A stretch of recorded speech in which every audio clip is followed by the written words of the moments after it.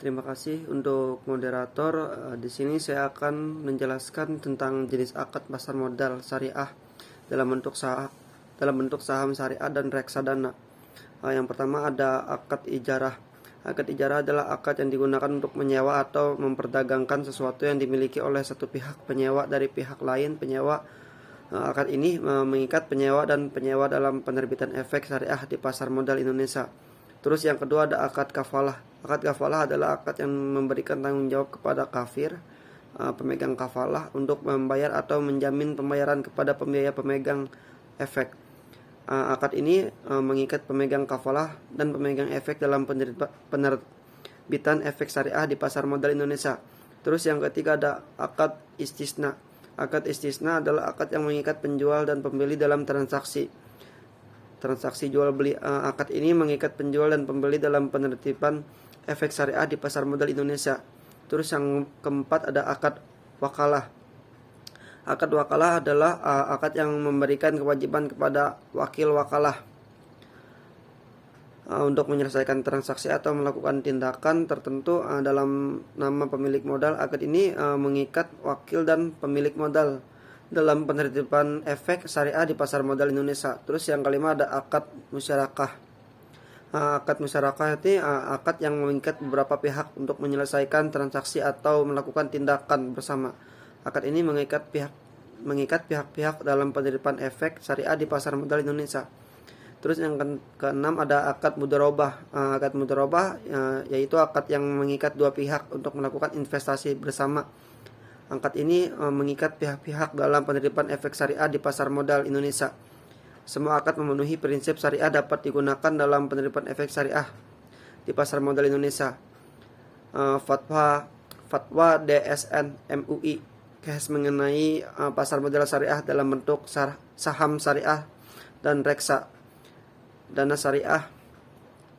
Yang pertama ada Fatwa DSN MUI nomor 40 DSN MUI X 2003 tentang pasar modal dan pedoman umum penerapan prinsip syariah di bidang pasar modal.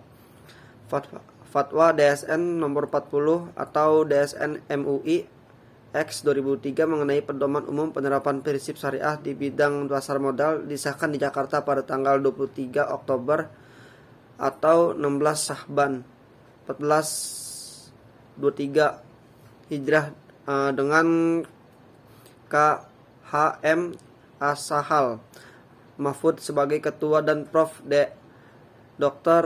HM Din Samsudin sebagai sekretaris. Fatwa ini terdiri dari 7 bab dengan rincian mengenai ketentuan umum, prinsip-prinsip syariah, emiten yang menerbitkan efek syariah, kriteria dan jenis efek syariah, transaksi efek yang dilarang, harga pasar wajar, serta pelaporan dan keterbukaan informasi. Dalam penyusunan DSN mempertimbangkan bahwa pasar modal merupakan bagian integral dengan perkembangan ekonomi suatu negara, dan pasar modal syariah telah berkembang di berbagai negara termasuk Indonesia. Fatwa DSN MUI nomor 80 2011 tentang penerapan prinsip syariah dalam mekanisme perdagangan efek bersifat ekuitas di pasar reguler bursa efek. Fatwa DSN nomor 80 DSN MUI 3 2011 tentang penerapan prinsip syariah dalam mekanisme perdagangan efek bersifat ekuitas di pasar reguler bursa efek telah dipisahkan di Jakarta pada tanggal 13 Rabiul Akhir 1232 Hijrah atau 8 Maret 2011. Fatwa ini yang dipimpin oleh Dr. KHA Sahal Mahfud sebagai ketua dan Prof. Dr. HM Ichwan Sam sebagai sekretaris, mirip dengan fatwa sebelumnya. Tentang reksadana syariah dan HMD syariah, keputusan fatwa ini terdiri dari 4 poin utama, meliputi ketentuan umum dengan 31 ketentuan hukum yang merujuk pada ketentuan khusus. Ketentuan khusus tentang perdagangan efek dan mekanisme perdagangan efek serta tindakan yang tidak sesuai dengan prinsip syariah dan penyelesaian perselisihan. Sebelum memutuskan fatwa ini, DSN MUI mempertimbangkan adanya pertanyaan dari masyarakat mengenai kesesuaian syariah atas mekanisme perdagangan efek ekuitas di pasar reguler bursa efek, sehingga fatwa ini dianggap perlu sebagai pedoman bagi pelaku pasar. Terus yang ketiga ada fatwa DSN MUI nomor 124 garis miring DSN MUI garis miring X1 garis miring 2018 tentang penerapan prinsip syariah dalam pelaksanaan layanan jasa penyimpanan dan pengelolaan infrastruktur investasi terpadu. Terus yang keempat ada fatwa DSN MUI nomor 138 garis miring DSN MUI garis miring V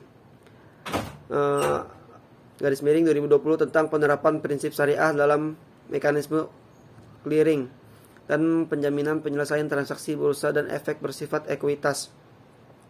Terus yang kelima ada fatwa DSN MUI nomor 20 garis miring DSN MUI garis miring 1V garis miring 2001 tentang pedoman pelaksanaan investasi untuk reksadana syariah.